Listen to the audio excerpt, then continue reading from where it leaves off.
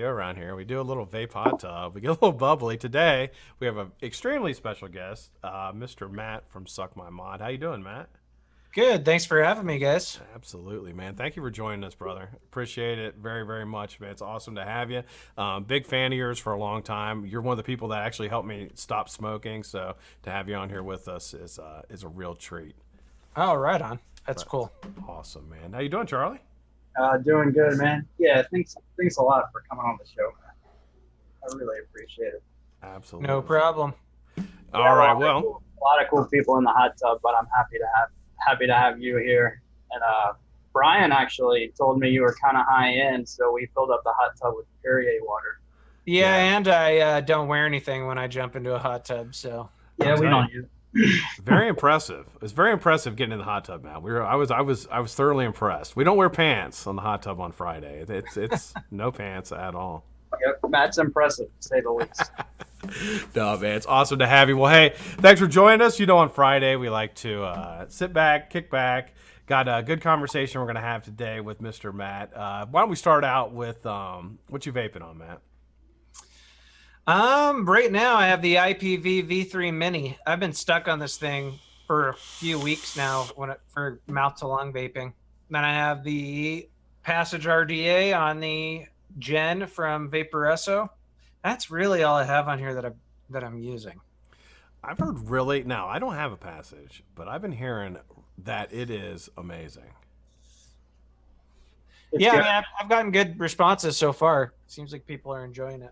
Absolutely, man. Yeah, I'm gonna have to. I'm definitely gonna have to pick one up and get it up and check it out, man. But I've been hearing everybody's been telling me because I got stuck on the Widowmaker, which Oh yeah. I don't know. I just really really like it, but everybody keeps telling me the passage is better, so I'm definitely gonna check it It's out. good. Absolutely. Yeah, no comment, but I agree with them. What you vaping on, Charlie? Let's see. I'm rocking my billet box. Pretty light today. My Walkit pod system, which I finally broke down. I was anti Orion lookalikes for a long time. I finally gotten to buying it. Bought one at the local vape shop. My Orion and my topside dual carbon with the Passage RDA on top. Just Very got it. sexy. Just got it in a few days ago, so the timing worked out perfect with having that on the show. Awesome, man. Well, I'm actually, you know what? I got a bunch of stuff, but I haven't wicked anything up. I got a unicorn. Did I tell you that, Charlie? I got the unicorn stack sent to me. So here it is. Oh man! Yeah, You know, this is the bastard kit, I think. That's what that is. So I got that. I'm wicking that up after the show. I'm going to review that on Wednesday. So this is actually like a one-piece stack mod. Is it 21700? I think it's 21700. So I'm going to be checking that one out. And then just my normal stuff. I still got the Widowmaker, which I might change it back to the Turk tonight. We'll see. I haven't really decided yet. So, yeah, that is pretty much it. And then, of course, my topside, which I haven't been able... do you have a topside dual, Matt? I'm sure you do. Yep. Yeah, it has been. I've basically got this thing in January, and I haven't stopped using it since. It is absolutely fantastic mod. All right, well, we got some people in chat here. Everybody looks like they're starting to pile in. Mr. Todd Black, what's up? Stand Up 3D, what's happening? Woodtick Mike, good to see you, man. Mr. Pebble, Big G Coils, Charles McLaren, the Baron, Cal's Irons, Nick Fenton, what's up, Nick? Jesse is in there. What's going on, Jesse? And there's Mr. Charlie hanging out in chat. What's going on, Charlie? all right. Jane Dodd, what's up, Jane? How you doing? There's my wife, Veronica Gibson. Unicorns fit Scott. That's what she says. I don't know what she means by that. Not entirely sure. I think she's trying Magical. to. Is she? How did she get an? How did she get a wrench? How did Veronica get a wrench? I need to take that away. Only you can give the wrenches. That was a mistake. She must have hacked you and given herself a wrench. I think so too. We got Dustin Kendall, Matt Gunther, good to see you. Fungus Among Us is in the chat. Gary, good to see you. Gary drops a $5 bomb to start us off here. I'm jealous y'all got Matt naked in the hot tub. Well, What's up, Gary? Charlie and I are pretty persuasive when it comes to. We just jump in butt naked and waist down, and then just kind of follow on. All right, Charlie, kick us off with some. Let's get started with some weird news. Oh yeah, we've got some weird news this week. One of my weird news stories happened a a while ago, and I thought it was absolutely hilarious and appropriate for the Vape HotTub Weird News. So I'm trying to see what the city is. Boise, Idaho. So in Boise, they had a invasion actually several months back. Dozens of goats invaded. It was basically a single herd going through town, just wiping out neighborhood landscaping. And so my first thought, I saw the headlines and was like, is this a real story? So I checked and it's legit. I was like, where would all those damn goats come from? So apparently there's a place called We Rent Goats there in Boise, Idaho that specializes in renting goats by the herd. And I don't know if these got out from their home goat base or what happened, but these goats went through the neighborhood munching on anything. The police were called. They actually mounted a neighborhood of citizens to outnumber the goats. They got as many people as they had goats and herded all the goats into one 4-acre yard and kept them munching on their bushes and stuff until they were able to corral the goats to get them all back in the We Rent Goats trailer. They had a trailer said "We Rent Goats." So I was thinking, I was like, what do these goats do? Tricks, or did they rent for the movies, or why would someone want to rent goats? They can eat your landscaping down. You could use them to like mow your yard if you didn't want to get. Yeah, it might be something like that. That's exactly what they're doing. Yeah. If you have pastures and stuff, they give you like a landscaping rate. Instead of hiring someone to come bush hog it, they bring in their goat herd to wipe it out when it's time to cut the grass, and the goats go across it and mow it down. Then they take the goats on to the next place. Wow. Which makes me think these goats are used to being rewarded for eating everything, and they probably left quite a trail of destruction on the neighborhood landscaping. I got a couple of neighbors that don't mow their yards that I would really like to get a goat in their yard badly. Because goats usually, when they're younger, they tie well. So you just take a stake, put it right in the middle of your neighbor's yard with the goat tied off, and they'll take care of the business. Wow. So the other crazy story you guys might have heard about, it was in Missouri. It just happened over the weekend. And this is one that it seems like it's clickbait until you realize it happened. It was in Liberty, Missouri. A man trying to elude police in Missouri ended up being betrayed by his own backside. Liberty police officers over the weekend were searching vainly for a man wanted on a warrant charging possession of a controlled substance.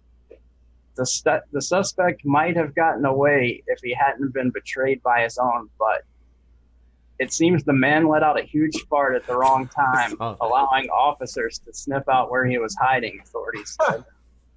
The nearby Clay County Sheriff's Office got wind of the arrest and decided to turn it into a cautionary tale, presumably to discourage others from engaging in criminal behavior, or at least avoiding beans before any illegal activity.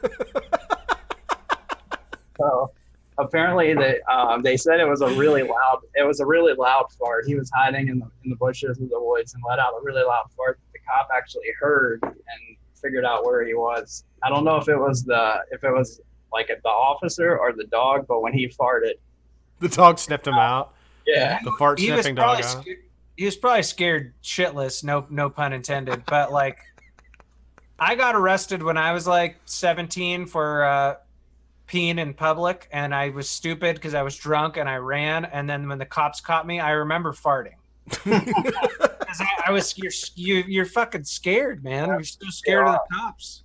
So the cops actually put it on Twitter. They put a picture of the chase in action, and their tweet said, "If you've got a felony warrant for your arrest, the cops are looking for you, and you pass gas so loud it gives up your hiding spot. You're definitely having a shit day." And they used the poop emoji. Poop emoji. It gets me every time. Yeah. So it led to a Twitter thread that's pretty hilarious with a lot of puns. And hashtag nervous belly is a thing, like Matt said. So. Thanks, Charlie. Oh, dude, that's awesome, man. Yeah, I saw that. I think I saw that. People are making YouTube videos about it now. Yeah, so Pretty freaking apparently awesome. he's gonna have to go to court, and we'll see if there's gonna be odor in the court. We need a rim shot machine. I need a rim Yeah. shot machine. Boom. All right. Well, hey, Matt. So thanks for joining us, man. Again, I really appreciate it. So you grew up now. I knew you grew up in Montana. Did you actually grow up in Montana? No, I grew up in Seattle. Grew up I in moved Seattle. to Montana in 2004. I was 23. Yeah, 23. 23 or 24. Wow. What made you change? Did you get a job out there, or you went to school? No, my ex-wife was from here. So we Okay. started dating in Seattle. She had already had plans to move back home, like, 6 months from when we started dating. And then she started working on me and pushing me into moving over here. So basically, but then when we got divorced, I had plans to move back to Seattle, and I was bartending at the time. I had a construction company. Then that went to shit when we had the crash in 07, 08. So I was bartending, and I was ready to move back to Seattle, and I knocked a girl up, and that's where my son came from. And I'm not going to leave my son, and obviously she wasn't going to let me take him to Seattle. So So you when stayed. you left Seattle for Montana, was it like culture shock, or was it pleasant? yeah, it was definitely culture shock, because I was living like it was like between First Hill and Capitol Hill in Seattle, which is definitely a very like progressive neighborhood, a lot of culture, a lot of people, different types of people for sure. And so moving to Montana at first was quite the culture shock. But like this area that I live in, like it's gotten a lot more. There's a lot of like transplants from Washington and California that have moved in, so it's gotten a little more hip and stuff the last decade or so. But when I first moved here, it was eye opening. I'll bet there was a big push back in like the late '90s for work in Montana, and that's why I asked if you moved. I didn't know what year you moved. I knew you're not my age, but back in like the late '90s when I got out of school, there was a big push to move to Helena and another place in Montana. It's a fairly popular town, but I can't remember the name of it. It was like Billings. Billings. That's what it was, Matt. Was it oil filled stuff or what? No, it was technology. They were trying to get like a technology hub in Billings or something for communications, like a telecommunications hub. And a lot of people, I worked with a lot of people in Columbus because I was here then. And they were like probably half the people I work with moved out to Billings and got really, really good jobs. I don't know what the price of living is there, but they were making more money they were making in Columbus to live out there. Definitely a lot better price of living than Seattle now. Oh, yeah. I mean, it's gone up quite a bit in Montana. The 90s, it was probably dirt cheap. Yeah. But now it's like it depends on the area in Montana, but the property values and prices have gone up a lot since I moved here. Were you big on I gotta ask because I'm a kid of the '90s, but were you a big grunge fan when you lived in Seattle? Oh yeah. I was a little like I missed it a little bit. Yeah. Like, because like when Kurt Cobain died, I was like 13. I was born in '81. Okay. So, but I mean, I loved it, and I had like aunts that were all in it and like knew all the bands and like would go to all the clubs and stuff. And so, I ended up getting really into grunge, but like around after Kurt Cobain died, probably 94, 95. And then I got into like in Seattle, like towards the late 90s and early 2000s, then some of like the softer stuff, like the Modest Mouse type of bands got popular there as well. So I was into all that stuff. Yeah, that was the scene as far as grunge and stuff. Oh my God. Yeah, I mean, that's what really like part of what put Seattle on the map, because Seattle in the 80s was not a cool town. It wasn't like looked at as like desirable. It was kind of a working class fisherman type of town. And then in the 90s, it got like majorly gentrified, and they're still doing it. But like, you had the music scene, then you had, Amazon, Starbucks, Microsoft, companies like that.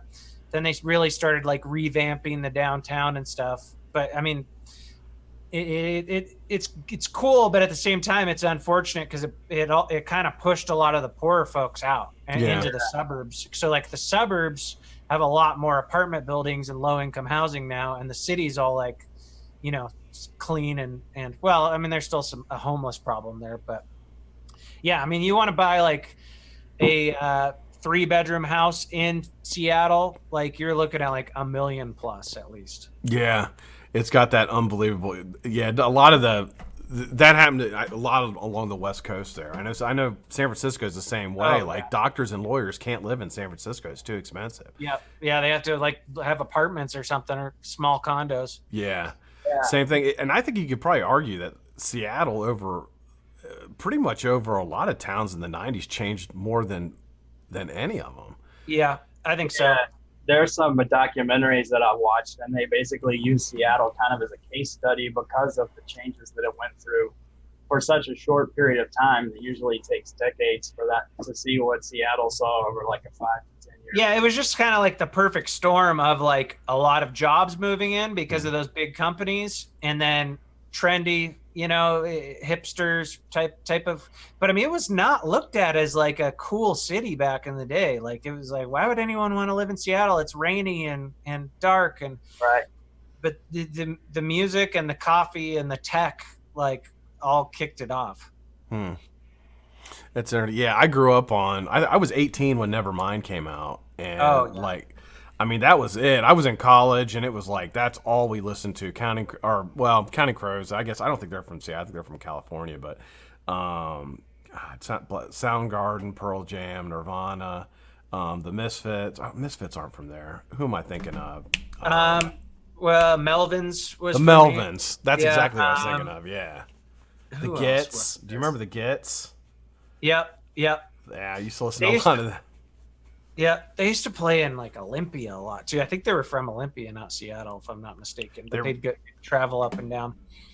There's a really good documentary on them. I don't know if it's on Netflix or not, called The Gets, but it's a really good documentary. Their lead singer was, it's kind of off subject. Their lead singer was murdered. That the female they had. Yeah, I watched that. That came out a long time ago, right? Yeah, or at least like 10 years ago or something. I remember watching that, and I think it was a she, right? Yeah. Yeah, and I think she was murdered in Olympia, I believe. She left a bar. I think she used. I'm pretty sure she used, and I think she got high, and then they found the guy who did it. She got like raped and murdered. It's like a rape murder type deal, and and they were like super popular at the time, and that was it. After that, there was a lot of murders in the music scene, like in Seattle and in Portland. I've seen several. I watch a lot of true crime stuff, and some of the cases are still unsolved. But there's just some weird, crazy murders in the music scene, and I think part of it just goes with a lot of stuff happens and. Yeah, it's a bad scene, man, and like a lot, like back then, it's like they were all doing heroin. Yeah, and obviously a good portion of them died as well, but I mean when you're kind of hanging out in that seedy scene, there's a lot of crime. Absolutely. Do you think Courtney killed Kurt? I've watched all the documentaries and read about it and stuff. I mean, I think there's a good chance she was involved somehow. I'm not there where like some people are just like 100% it was her or she was involved, but I think there's a pretty decent chance. I actually lived before I moved here. My house was probably like quarter mile away from there, just up the hill, and wow. It's still like even when I go back, like when I took Vanessa back there and like drove her by it and stuff, like it's still kind of got that haunting feeling to it. That house. His house looked creepy, man. The way it was like set back in the woods, like it did not look like an inviting house. I think they tore down the garage and that condo apartment that he did it in. But yeah, it's still just got a creepy vibe to it. Yeah, it does. I watched so I've seen them all too, and they talk about the guy from The Mentors. Like he said that she paid him to fucking kill him or something. I think Nick Bloomfield did the English guy did it, the Yeah. Curtin Courtney documentary on it. I've seen some convincing stuff, but I always go back to like they were living pretty hard and having a lot of fun, and some of it comes back on. Sometimes shit just happens. Like she might have been involved, but not necessarily a premeditated murder kind of thing. We may never know the whole story. But the guy tried to kill. I mean, I'm not going to harp on this too long. We actually got a donation from Johnny Drifts, Mr. Johnny D in the house. He said, "I would like to know." What do you say? I'd like to know Matt's opinion on the "You Don't Know Nicotine" and Aaron Bibert. Flip and Aaron. My opinion on that is that the vaping community is very, very reactionary, and people are jumping to conclusions without knowing everything that's going on behind the scenes. And you when you're a documentary maker and you're trying to get interviews with people from all sides, you cannot publicly align with just one side, or you're not going to get those interviews. So I think that it's pretty self-explanatory. If you look at his last movie, it was fairly pro-vaping. A Billion Lives was pretty pro-vaping. I don't think that he's all of a sudden just switching teams now. So people should think about it a little bit more I get the same. Rationally. I don't think people are being. And I get it. I get why people do it. I see things that are very harmful to us now, but I totally agree with you on that, Matt. And we're a long way out from the movie actually being produced and edited. So I think we've yet to see if he is going to change directions. He could change directions several times before we get to. Yeah, but I mean, he's not. He's playing a game right now. And I can't say everything, but I'm just gonna say people shouldn't freak out about it. I get the same vibe, man. Early. I get the same vibe. Like he's trying to create like what better way to get people to talk about it than to put something out like that. And I wasn't gonna put you in that corner, Matt. No, I don't mind. Johnny, I just I can't say because I've gotten shit about it because I had him on my live stream and stuff, and I get it. I get that people say, well, it looks like but I mean, if you look at that trailer. He used a clip from Reefer Madness. Obviously, that wasn't done to be a real thing. It's like to show. It's to kind of build it up a little bit, cause reactions, which it has. But also, I know that they're trying very hard to get the anti-types to do interviews, and so you can't show all your cards and then, hey, this is a pro nicotine movie. Stanton Glantz, will you do an interview with me? That's not how shit works. So yeah, that's exactly right. You don't think people go crazy from smoking the marijuana, Matt? No. Reefer Madness. You don't think that's an accurate portrayal of marijuana use in the United States today? I don't. I think S2 Vapes is a shining example of smoking them blunts. Yeah, we should just if they want to make an anti-weed movie, they should just follow ST around because it's ruined his life. Yeah, just going around giving it to kids just all day long, giving it out. Here, kids, have some marijuana. Made all his hair fall out. So, and actually, I hope you sent him a passage because that's one of the things I've learned about the passage lately is that it improves hair growth. So I really hope you sent ST one. I wish that was the case. Because I was gonna say it's a great RDA though. I really like seeing something different done with the airflow, and to me, it's been impressive so far. I can't wait to get it. I can't wait to get one, man. Glad you like it, dude.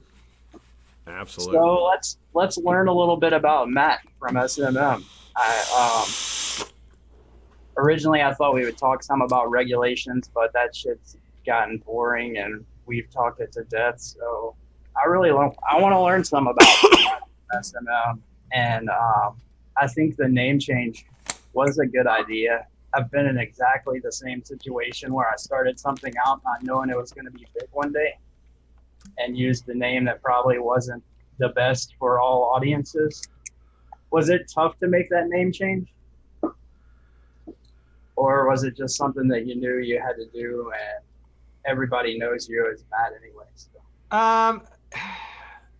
It was like in some way it was kind of like sad because that was like that name got me, like that, Yep. like that name kind of is what started me out in the whole YouTuber, world.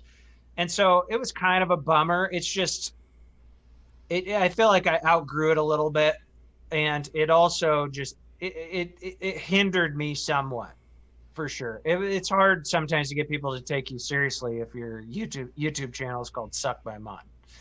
And the vaping community was just a lot different back then when I started the channel, and it was a lot there. We didn't have all this stress with regulation and marketing to children and things of that nature. It was more of just like a fun loving like thing, and so now that there's a bigger spotlight on us, it just felt like it was the right time to do it.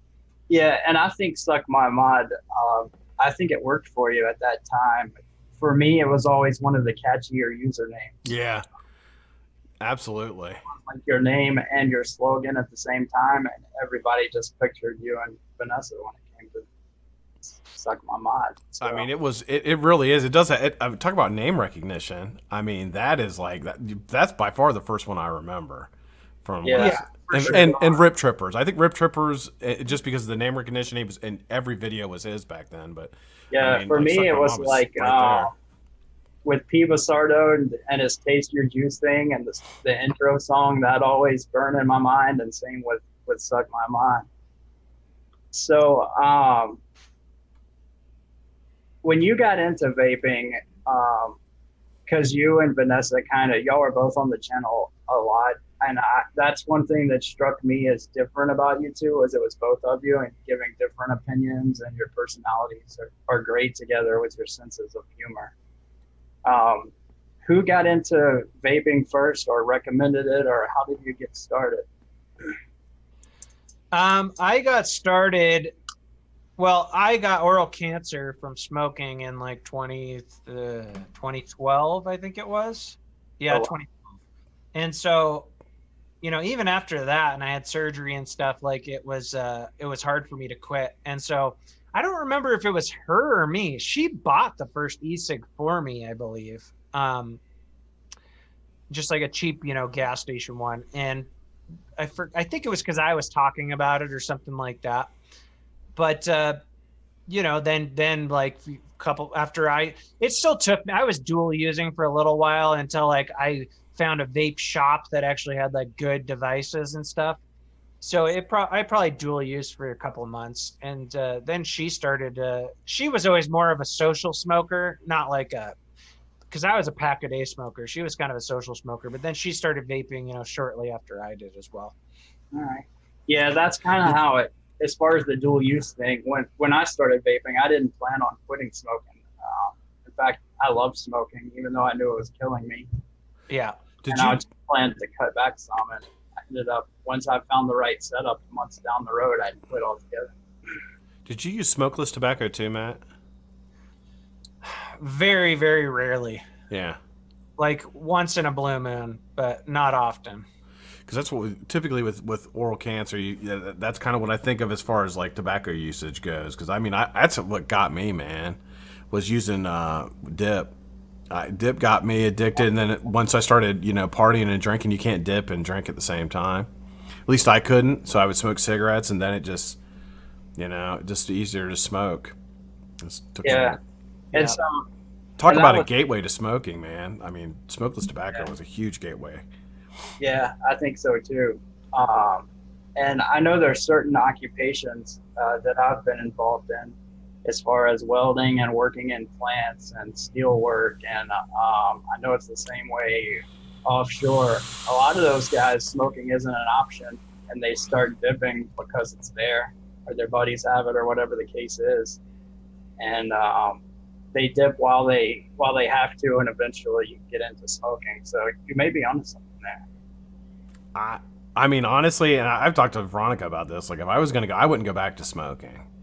I wouldn't. But going back to dipping, like, I still think about it. Like, that is, talk about addictive, man. I don't know if it's because I don't know what it is about it, but it is addictive as fuck. Really. Yeah, is. like different people are they're kind of susceptible to different methods, I guess. Yeah. You know, like dip never really did. I would do it once in a blue moon, but only because I couldn't smoke inside, you know? And so, but then I know other people that dipped and they hated cigarettes. Yeah. And so, just kind of So- like different people have their drugs of choice as well. Yeah. That's Yeah. right. True. I was always whatever I could do to get my nicotine was good with me. Like I loved smoking, but if I was going to be in an environment that I couldn't smoke, I would dip until I could smoke. And then say I'm on an airplane, I would dip on the plane, and then I would get off the plane and still be dipping and smoke while I was dipping. But I don't know. I tend to do everything all or none. So Matt, over your years of reviewing, what are some of the vape companies or vape ideas that you were excited about or thought may do something and then disappointed you the most? I wouldn't say there was ever anything that I was excited about, but then disappointed when it came out. But like, I mean, there's definitely been ideas that have just been stupid and gimmicky over the years. But I mean, as far as disappointed, I mean, yeah, like I like the freaking RGAs with like the fans in them and shit. That was super stupid. So Also, as far as other products, though, I mean, I just like the e-liquids with like IP theft of like cereal boxes and shit like that is just. I've always thought it was ridiculous. that's what I was going to say. I think most of my disappointment has been in people's decisions and the way they handle things like that. Like when you see a juice box called juice box that looks like a kid's juice box, or, you know, things that you look at and you know that's going to be in some senator's report one day, copy and paste. So you did a video, I think it was kind of recently, where you mentioned that turbo RDA and that there was something else coming back out with it. Was that a No, series? there was what the hell was that called? Shoot. I'm so brain dead. I do too many videos, I forget the names of it. I did it a month or two ago, and it had kind of the same idea. Let me see if I can find it here. So Scott, I don't know if you saw it, but Tobacco actually did an RDA years ago, maybe in 14 or 15, that they called turbocharged, and it actually had a fan inside the drip tip. So yeah, when you inhaled and pulled in vapor, it made like kind of like a little circus whistle noise. And the idea was that as you pulled on it, the fan would spin and force more air into your mouth and across the coils. Yeah, Apache is the new one. It was a real thing. It's silly. I mean, it's silly, and there's not really even any like scientific evidence that it did anything better for your, you know, gave you more vapor or whatever. It's just my thing was, if it worked amazing, we would have seen. It would be a thing now. We would have seen a lot more of them. That almost sounds like something you get in a bong shop. Does Yeah. it? Like you'd buy, like be attached to a bong, like, you know, you get bigger hits or something. But that doesn't. That makes no sense. Like, how big is this fan? Johnny asked in the chat, and this may not be something that you can talk about, but was there ever a project that you were hopeful on doing or taking off that never got off the ground? Yeah, there's been a few of them. Nothing nothing that was like a super letdown. It was just kind of like bad timing, you know, like, or multiple products already came out that basically did the same thing, which is just like the nature of the beast. That kind of happens with everyone. That happens all the time in our game because it moves so fast. Yeah. Well, and you know, we're all a little different, but we all have brains and we think the same way. And so you're like, well, this would actually be better if we did this. And so everyone kind of like follows the same wavelength. Not always, but it happens a lot. And so you'll see a lot of products all of a sudden coming out that are fairly similar, that were, you know, an incremental update to something else, basically. I think that's part of it because like everybody started from ground zero. This isn't an industry that's been around 20 or 30 years. So basically all of us kind of started along the same time or hopped on when vaping was only a few years old. So there's a learning curve that everyone's going through and kind of figuring things out together at the same time.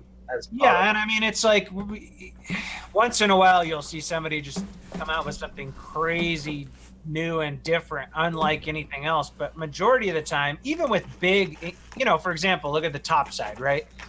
It's like, how do you make squonking better? Well, you move the fill to the top. So like, that's always how people are thinking, where it's just, how can we refine this? We're not reinventing the wheel, but how are we going to refine this? And so there ends up being a lot of, companies stepping on each other's toes and stuff like that. So your channel, one of the things that's always shined to me is your production value, your filming, and your still shots. Were you into photography before you got into vaping, or did vaping and YouTube bring your interest in photography? No, I was into vaping first. But I mean, like the B-roll on my videos, that's all done with video. It's not actually done with pictures. People think it is sometimes, but like I'm actually moving the camera and stuff on a lot of that stuff. But it's just, when you get into making videos, unless you're like, I mean, it gets stale if you're not kind of like trying new stuff, or like trying to refine it or make it better, or at least for me, that's what happens. So I think it's the fact that I was making YouTube videos all the time is what got me more into cameras and videography and photography and stuff like that. Yeah, and as you go and you learn, you see things that you could do better, and I totally get that. And we tend to, a lot of us in vaping have addictive personalities, and whatever we get involved in, we want to go deep with. Yeah, I mean, I'm a hobbyist with all kinds of things. So like, I, when I get into something, like I dive deep into Me it. too. I'm the same exact way. I got a question. So obviously the cameras and all that, and especially the ones that you use, because I mean your video production is fantastic, man. I'm sure you've been told that, but it really, really is. And for guys like me, like I watch like you, and like and I always mention Batman's down lows and like how he does his stuff, and Mike and everybody, and like try to learn from how you guys do it. But when with your channel did you decide to? Because it's a big financial investment. When did you decide that I'm going to go ahead and put this money into it and kind of go for it? Is there like a certain subscriber count, or were you getting more product in? You're just like, you know what, I'm gonna go. Well, I mean, I didn't buy everything all at once. Like I would like buy stuff as I went, but like there's a lot of it's trial and error. Like, and you quickly realize that like what's important and what's not. For example, a lot of people overlook lighting. That's honestly more important than getting the fanciest camera in the world. Like you could buy, which still seems expensive, but like you could buy like, a DSLR, like Panasonic Lumix G7 or something for like $500, which is still expensive to some people. But I mean, there's cameras that are thousands of dollars, but as long as and that'll look really good as long as your lighting's good. And lighting, there's all these different facets to videography that you have to learn. And it's not just about going out and buying a nice camera and a nice microphone. Like, and I'm still learning to this day. Like I can't stand my audio, and it's partially because I have a weird voice. And so like, there's just things that you slowly learn, and you watch videos on it, and you learn different tricks and tips along the way. Yeah, that's what it's been. And you're right, man. You can't buy everything at once. And dude, I couldn't agree more with the lighting. Like I never could figure out what I was doing wrong with my video on my live feed. And I had times where my video, I mean, Charlie remembers, my video was so bad, dude. I was like purple. I was like, I can't figure it out. Like, I don't know. Everything's set right. I don't know what's going on. And I went on Amazon and bought 2 lights, like studio lights, and everything changed, like immediately. Yeah. And another thing is like, it's good to learn the camera more, like as far as, not using as little auto features as possible, because that can change, that can fuck shit up. Like as far as like white balance and, autofocus and stuff like that. It depends on the camera. Some cameras have better autofocus than others. But like you learn about aperture and your shutter speed or shutter angle, and your ISO, and there's you learn about the exposure triangle and stuff like that. Like it all takes time and just like trial and error. Yeah, and I think that's right. I think one mistake a lot of people make is they get a camera and they don't learn their camera before they get rid of it to move on to something else, and it's just like a chain reaction. I know for me, I have an SLR that I shoot still with, and one day I figured out the manual settings on ISO and exposure and my contrast and stuff, and like I had been shooting for months, but that one day everything just came together and made sense. And my photos went from like a 2 to a 7 in that 30-minute period. Probably it was blew my mind how much that changed my photos. Well, and then after that, like you also learn about how to edit the photos or the video, and you know, like I shoot my videos with a picture profile that's fairly on the flat side, and then I add a little color and contrast and stuff after the fact. So like, you know, and I fucked around with that shit for a long time. I kind of have a preset now that I normally use and I'm happy with, but at some point I'll probably, you know, do something new as well. Yeah. So what's one thing that you wish you knew when you had started out with vaping and doing reviews? That's a tough one. You know, I wish I wish I would have tried to dive into like the, not necessarily advocacy, but just regulations and tobacco regulations in the US a little bit sooner, and really tried to understand it a lot more. And I'm still learning. That's another, you know, learning process thing. But like, you know, I would make advocacy videos back then, but I didn't really know a ton. And so I do wish that I would have taken some of that stuff a little bit more seriously from the get-go.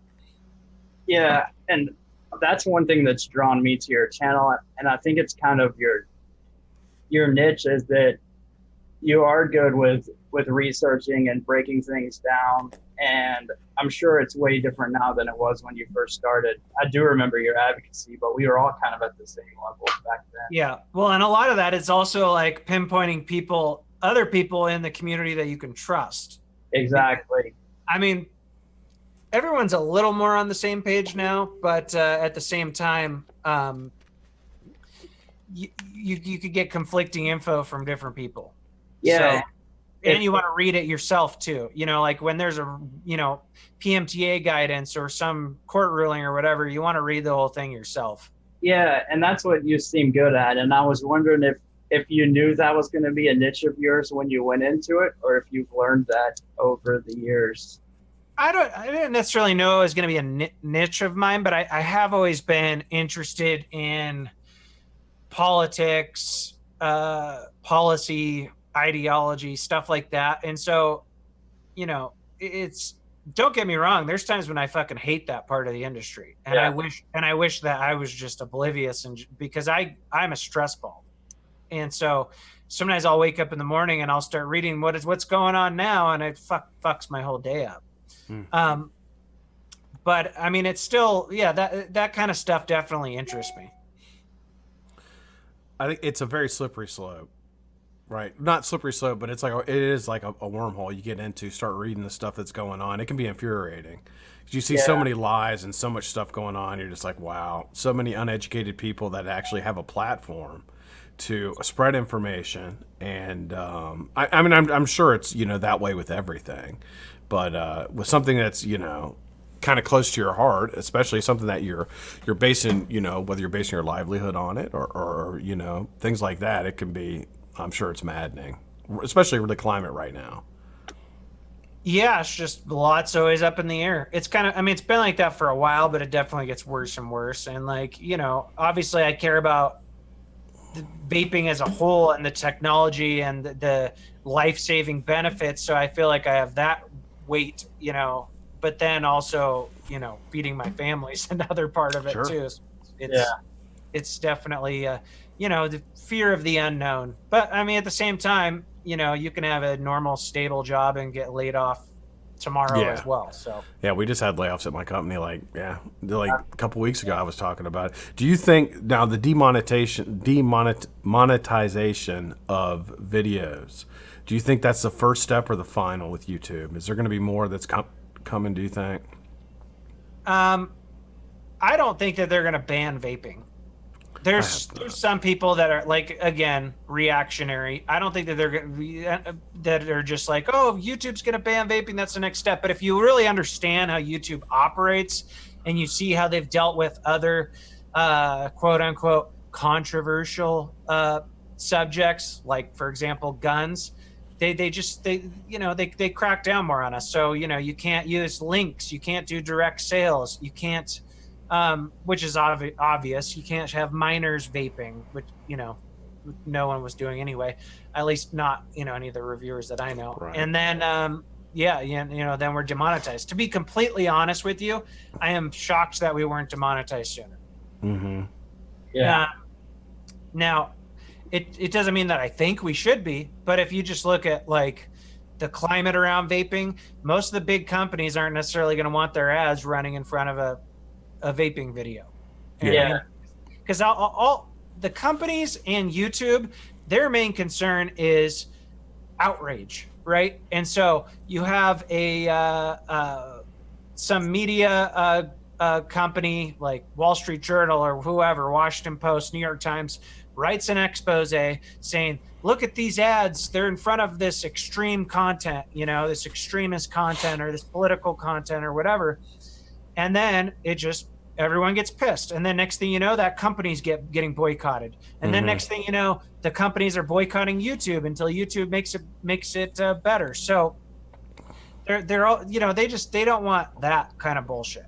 But they're not going to just outright ban people vaping on YouTube. It's too hard for them to control, first off, and it just doesn't really fall in line with how they usually operate. Like even with the cannabis channels, a lot of them that got banned last year, and most of them have gotten their channels back since then, they didn't get banned because of cannabis. They got banned because they had links to sites that were selling certain types of cannabis products or certain types of cannabis paraphernalia and stuff like that. Yeah, that's what I've been looking at recently, because I've gotten into CBD, and so have a lot of other people. It's kind of, to me, I guess just because I've been educated more on it and learned more about it, it seems like the industry is coming more to the forefront now. I remember when vape reviewers, just for mentioning CBD, were having problems with YouTube, and now there's a lot of guys with channels, which got me looking into marijuana. And like you said, a lot of the guys whose channels got shut down over marijuana are now back up and running or started another channel, and they're doing fine for now. Yeah, and the big thing is you just don't want to have a link to a place that you can buy that product. Yeah. So you just think it's going to get, you think, and I'm kind of with you, you think it's not going to be banned, just no monetization, which leads to other income streams or revenue streams for professionals doing content creation on YouTube, like Patreon or whatever the case. Well, I mean, yeah, you're gonna have to do Patreon. They're not gonna tell people, video creators, they can't have Patreon or they can't design products and stuff like that. But the biggest thing's definitely like they just and even though we have the yellow symbol and we're demonetized, they still do run some ads against it and you get money for it. It's just not nearly as many, and it's all like bottom of the barrel ads, companies that maybe are sell more niche adult products and don't care about running their ads in front of that type of content. Right. But I mean, I would say, like my YouTube ad revenue has gone down probably 60%, 70% since that happened. Guy, that just makes me sick to my stomach, man. I'll tell you, if aside from a few, and I kind of mentioned this to you when I was talking to you over Facebook, is like, aside from a few, like if you're gonna start a channel, going the vaping route is tough. It is really, really tough, man. And it's so much easier to just do like prank videos and get a big YouTube channel, because a lot of those guys, you watch those videos, are awful. I mean, some of them have high production, some of them are pretty decent, but for the most part, you got guys with like 100,000 subscribers with that. Yeah, just or finding some new niche that's not saturated, and like just like with anything, like you want to go start a tech channel right now, it's going to be way more difficult than it was 5 years ago. Yeah. Yeah. And so it's just like the more people that come on this platform and start their own channels, the more competition basically there is for eyeballs. Yeah. Yeah, I wish I Absolutely. would have taken an interest and started a channel back then. It wouldn't have become my, just because of where my life and career is, my main job, I don't think, but I wish I would have started my channel so it would be up and running by now. So we're getting close to the end of time. My big question, Matt, the robot wrestling thing that you did with Twisted, I know that led to be a pretty miserable experience. First off, is who won when you guys did that? You can tell the people watching a little bit about what that was, and if it came down to it, would you do something like that again for the right cause? Yeah, that was like what, 5 years ago now. It was a long time ago. I think what was there? Well, I forget why we did it, but basically we were at a vape event that had this robot wrestling where it was like you put on these. They were basically like fat suits that looked Yeah. like robots, and then you had to wrestle each other. I won one round, he won the next round. Then I vaguely remember him kind of cheating the third round, and he beat me. But he did something. I think I remember. I think it ended up basically being a draw, is the way we looked at it from the people there. Yeah, I would do it. I would do it again. It was fun, but it was just they were so hot, and those things it was actually like a lot of exercise. Twisted went out and puked after. That's what I was gonna say. I remember the pictures of him coming out of the fat suit and puking in a trash can. Yeah, it was like they did it for some kind of advocacy, and it was at a trade show, Scott, and they both wore these huge fat suits that were like, I think they were inflatable. Like there was a fan in the fat suit. Yeah, they were inflatable. That blown up, and you could see by the time they got done putting on the fat suit, they were both covered in sweat. And then because it was in Arizona, and it's already hot there. And then they got in this like the ring or whatever it was this huge inflatable thing, but it wasn't firm like the kind you jump on. So it was kind of like they were trying to walk through quicksand with the fat. Oh God, I've seen that video. I think I've seen the video. Yeah. I've seen it. So yeah. I was just wondering if now that you've gotten older and wiser, if you would volunteer yourself for the fat suits or something. Yeah, I would still do that. I mean, I'm always down to do stupid shit like that, but I'd probably regret it afterwards, I'm sure. Yeah. That was me like that. And when Grim Green peed on stage in the cup, that was too epic. Oh yeah, that was in what was that called? Slam? Carolina? Vape Slam? What was it called? Vape? Yeah, but what was that called? Something Slam? Yeah. It was those dudes that used to do it that had like their own like podcast and stuff. Yeah, they were serious about wrestling. That's the thing with vaping, man. Like shit happens so fast, and people kind of come and go, and shows have come and gone, companies have come and gone, and like I have a hard time remembering names now, even though I've only been really in the industry for like, my channel's like 5.5 years old. Yeah, but you meet a ton of people. And you travel to a lot of shows and stuff. I can't imagine how many new faces you meet and how many people you keep up with on the internet. It's a blur after a while. Like I'll remember somebody's face if I see them again, but just like instances or what we talked about or something, like I can remember back to like the last show, and then that's it. Yeah, like when we were at NVD, it surprised me. I came up and talked to you, and you were like, "Your face is familiar. I think we've met before." And it was VaporCon West in maybe 14 or 15 the last time I had seen you. I was like, damn, I can't believe you remembered a face for that long. But yeah, I can't imagine. Yeah, I'm good with faces, horrible with names. Me too.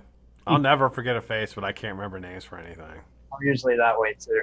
All right, hate to interrupt the great conversation, man. I got to do a couple giveaways though, or the masses will go crazy if I don't get this stuff out. Matt, I need wait a minute. Sorry. Better do this first. First giveaway we have is for a $25 gift certificate to Shy Tots e-liquid, greatest e-liquid on the face of this earth, by Miss Jane Dodd. She's probably in the chat watching from the background there. Now, I need a number between 1 and 150. 1 and 150. I just got a Shy Tots delivery. Matt, have you ever tried Shy Tots e-liquid? I have not. I got to send you some. I've got my own e-liquid, believe it or not. It's got a BlackCat white facing on it. That's what you need to send Matt. I should send you whiskers. some. It's pretty good. It's really, really good. It's like a custard with like a little bit hint of coconut in it. I don't know if you like coconut or not, but it's pretty subtle and it's really sweet. It's good. I like coconut as long as there's not too much. Like a little hint's good. You would Yeah, probably like that. yeah. That's the way. That's kind of how it is. I think I really, really like it. I'm not a huge coconut fan either, so I was a little hesitant with it. But once she dialed it in, it turned out really, really nice. Joseph Searle wants to know if you're going to start a Patreon. If you have plans for a Patreon anytime. You mentioned that. Yeah, that's actually my goal. We're taking the kids to on a little family trip this month. We're taking them to Disney, which is going to be awful. I love Disneyland, but like it's going to be so freaking busy in the middle of summer, and like Star Wars Land, I can't wait to see it. But oh man. Anyway, I'm excited, but I'm also dreading it at the same time. Anyway, I'm going off. When are you guys going? What'd you say? When are you guys going? Like a week. Oh, you're gonna be there like, oh, it's gonna be hot, man. Yeah, it's gonna be hot. I went at the same time a couple years ago. Waiting in lines. The kids are gonna be arguing and complaining. Yeah. And it's just gonna be a total shit show. Anyway, is it in California or Orlando? California. Okay. Oh, that's okay. good. That makes My sense. goal already was like once I'm back from that, I want to start setting up a Patreon. But I don't want it to be where like people are just, hey, come donate to me. Like I want to give value and stuff. So I'm just kind of tossing around different ideas for what to offer and what kind of things to do. They have like not for nothing, but Patreon has like you can go to these classes to talk about giving back and things like that, and they're pretty decent. I went to one of them just to kind of get an idea of how Patreon worked, and they teach you a lot. Plus, they give you a contact, somebody you can contact if you had questions or things like that. Like webinars or Yeah, like a Gotcha. webinar, but they're by invitation only. And they'll, since you have like a larger following, they probably will invite you to like the higher ones. Like I get invited to like the mid-size ones, and like they're really good. You meet people, talk to other creators, like how they do theirs, and like things that you can do to like increase the benefits. Because I always go to the ones like to how do you increase benefits for people that to make them feel like it's worth exactly. it. You want to offer something, and I put it off a little bit too, just because I'm dreading the shit I'll get, and people aren't as harsh about it. But like when Patreon first came out, everyone was just anytime someone would start a new Patreon account, they're like, you fucking beggar, blah blah blah. And it's not like that anymore. It's better now. I think people are more normalized to it, And I've gotten some of the people, like some of my closest friends now, I've either met through Patreons, through creators' Patreons, or I'm a patron of theirs. I'm a huge fan of it. And at first I didn't know a lot about it. I was kind of late to the game and becoming a Patreon. Actually, my first one was when Tia was pregnant and her son was, and I joined hers, and that's what got me into it. But yeah, definitely consider it. I'll be over there. I'll be in it, man, for sure. Yeah, I like supporting the people on YouTube, and I mean, it's $5-10 a month, and you just budget it out for people. And Addy Tootie said, thanks guys, I appreciate that. Absolutely. I need Matt. I need a number between 1 and 150, please. 47. 47. All right. We go through Ian Thomas. 41. Anybody beat 41? Ian Thomas.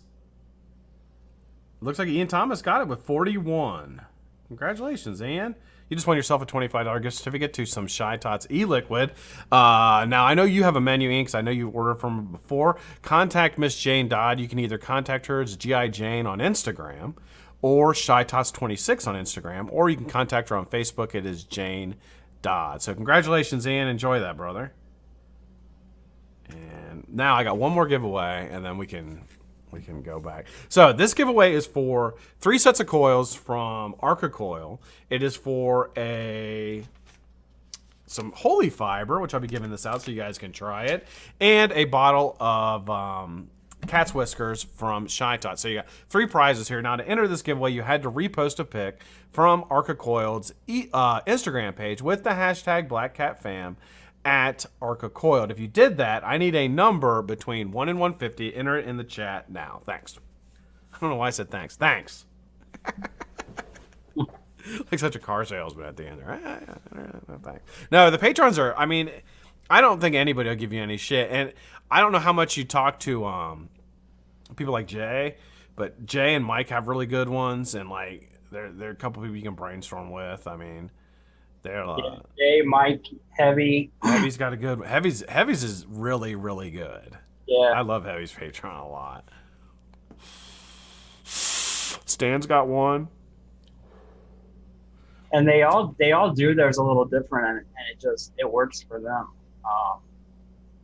Yeah, I would like to definitely do something unique. Well, whatever you do, Matt, if it's really really unique, I'm just going to tell you now. If it works, prepare for me to steal it and use it for mine. That's okay, as long as I can claim I was first. Yeah. I don't mind that. I'm not the type of person who freaks out too much about that. So I'm kind of kidding, but if you came up with a really good idea, I probably would contact you and be like, Matt, I really want to do this on mine. I don't want to make the expectations too high. But Right. maybe I'll steal from you guys and I'll do a HotTub live stream. Oh, there you go. That would be cool. We can come. I'm good. I'm down with that. Anytime I HotTubs. can get naked in someone's hot tub, I'm good. So, speaking now that we're talking inappropriately, Addie Tooney did say, "Hey, Matt," and asked how he and the kids were doing. So, yeah, I just responded to him. They're good. They're good. Vanessa's like working a big string of days because she's got to take time off when we go on this trip. So, yeah, I mean, you know, when kids are on summer break and they're home all day, and trying to get stuff done when the kids are interrupting you every 15 minutes, asking you for something, Yeah. whether it be, can I have a snack? Will you take me to my friend's house? yeah, I work from home half the time, so I totally know how that goes. Yeah. So, I mean, by like middle of August, I'm not going to lie, probably by middle of this month, probably right now, actually, I'll be ready for them to go back to school. I was going to say, ours is Yeah. second weekend of June. We're looking forward to it. All right, I'm gonna pull a number real quick. And Charlie, can you? I don't have the chat up now because I have to use it on my phone. Can you see who wins when I pull this? I got it.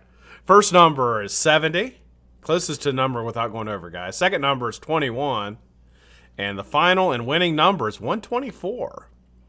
124, closest to the number without going over. All right, let's see. We got Todd Black at 113.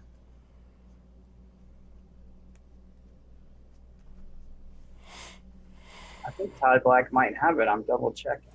Ooh, nice. Joey to the motherfucking O was over. Todd Black. Todd Black. All right, congratulations, Todd. I will get that out to you tomorrow. Probably like, I don't know, like $6 for shipping because I'm putting juice in there.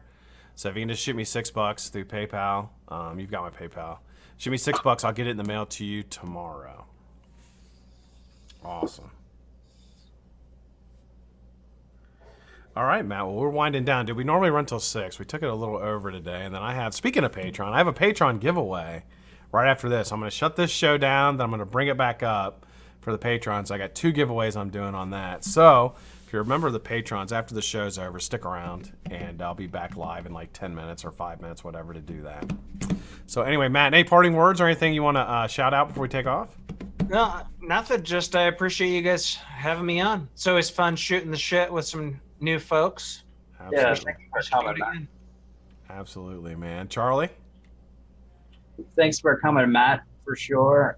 Thanks for everybody out there watching. Appreciate all you guys sticking with us. Hope you'll join us again next Friday for the Vape Hot Tub, like always. We hope to keep bringing you cool people, and we'll have Matt back one day, hopefully. So. I thought you said we were going to get Joe Rogan next week, right? Right, Charlie? That's Joe what you're working on? Rogan's coming, but he's asked me not to announce the date. He's actually like the president now. They don't like to let people know where he's going. So, He's going to show up. Yeah, he's going to show up with a bus full of people, actually. Yeah. I was listening to his show the other day, and he said something about how he's got to change his phone number constantly. Really? People get his number and blow him up? Yeah, somehow people get his number. I mean, we deal with trolls and doxing with very low numbers compared to his in the vape game. So Could you imagine? that'd be a nightmare. Could you imagine? Like he's got to just get how and it's funny because if you ever look back at the early start of his show, he just did it in his house. It was just like a regular show, and then it just freaking blew up, man. Well, I mean, it was just like it's another good combination of a perfect storm where like he started early, he got into the podcast before it was like a mainstream thing, and he's a really good talker. Yeah, he's really bright. He's a really bright guy. Yeah. Like he connect, like for example, the everyman kind of connects with him because of the way he says things very plainly and simply, but he's also a very bright, smart dude. So yeah. His delivery's great. And he always asks the questions that you would ask if you were there. I mean, that's how I feel, A lot of times, and he doesn't like, he's got the kind of persona that he can ask kind of a tough question and get away with it. It seems like people don't get, I don't know if people are intimidated slightly just because of it. He's a kind of a bigger dude, but he kind of like, he can say things where if a typical interviewer was saying it, they would kind of, they'd be like put off by it, but he gets away with it. Well, he's not controversial, and sometimes it comes off a little wishy-washy where, like, he'll have, like, a right-wing person on, and he agrees with everything they say, and then he has a left-wing person on, and he agrees with everything they say. But I think at the end of the day, he's just trying to, get info out of them and question them and stuff. Yeah, I mean, and I think he's got an open mind. That's one thing that I like about him is he'll have people on, and you can kind of see his mind working while they're talking. I always enjoy that because he usually sticks kind of neutral, and he has such a variety of people on. And they're typically really stoned. I don't know if you're noticed that, but they're always stoned. Sure, because I don't know how I would do in that situation if I was that big. With that many people watching, it would be awful. I fumble my words enough, like when I'm sober, and sometimes forget words and stuff. But like he's always sharp, no matter how fucked up he is. Yeah, he must be. There's some people that are. You know what, man? And I've learned this in life. There's some people that are really good at smoking pot. There's some people that are really good at it. Like it doesn't affect them at all. They can just like be super stoned and like have a great conversation and like. See, I can have like Vanessa and I. When I get stoned, I'll have really deep conversations with her or with other friends. But like if I was like having millions of people watch me and stoned trying to have that conversation, I would be too uptight and panicked. Yeah, your mind's working overtime. Right, to have a booger, like all of a sudden the booger thought gets in your head, you're fucked. Like, oh shit. And you start worrying about saying the right thing, and like, did I just use the right word on that last comment I made? And like, then you get the fucking giggles, and it's all over. No shit. All right, guys. Well, hey, thanks everybody for joining, Matt. It's been an absolute pleasure, man. Thanks for coming on, dude. Really appreciate it. Hopefully we can have you back if you have time. I'd love to have you back. We can continue our conversations. We'll talk more about pot next time, maybe. Yeah, pot and music. Dude. Music and movies. Yeah, I'm down for movies too. Awesome. All right, guys. Thanks for tuning in, guys. Again, there'll be a Patreon thing coming up back on the channel here in probably like 10 minutes. Stick around if you want to watch that. Got some stuff to give away. I hope everybody has a fantastic, safe weekend tonight on the YouTubes. You have some fantastic shows. Got Fresh at 9. You got over on Frames. Janklin's channel is their show is at 8 o'clock. What's the name of that show, Charlie? Gosh darn it. I was on it one time. I can't remember him and Angry Hippie. I can't remember. Charlie's not listening to me anymore. No I'm listening. I thought it was the Frames Janklin show. It is. Well, it's on his channel. That's at 8 o'clock. Fresh is on at 9. Vape Stew's on at 10. And then my man Tommy Vapors is on at 11 o'clock. Have a fantastic weekend, guys.